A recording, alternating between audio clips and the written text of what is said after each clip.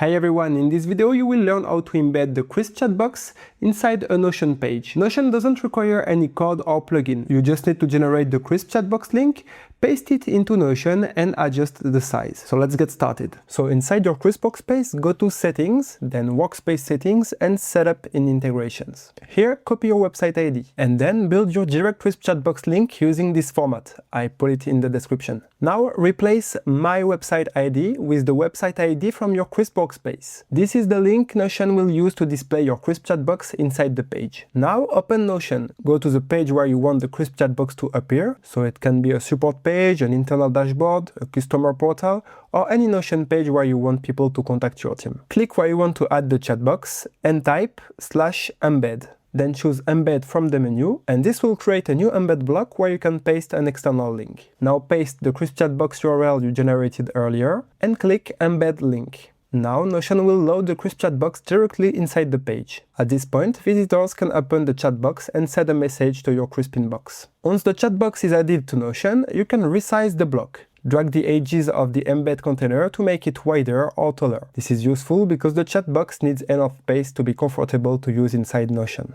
To make sure everything works, send a test message from the embed chatbox and then go back to your Crisp inbox. If the message appears there, your Notion embed is correctly connected to Crisp. If the chatbox does not appear, first check that your website ID is correct. Then make sure your chatbox URL follows this exact format. And if Notion does not load embed, try pasting the link again and selecting embed instead of creating a sample bookmark. That's it, your Crisp Chatbox is now embedded inside Notion. Now if you want to know how to use Crisp or customize your chatbox, check out the link in the description below. Thank you for watching and see you in the next one.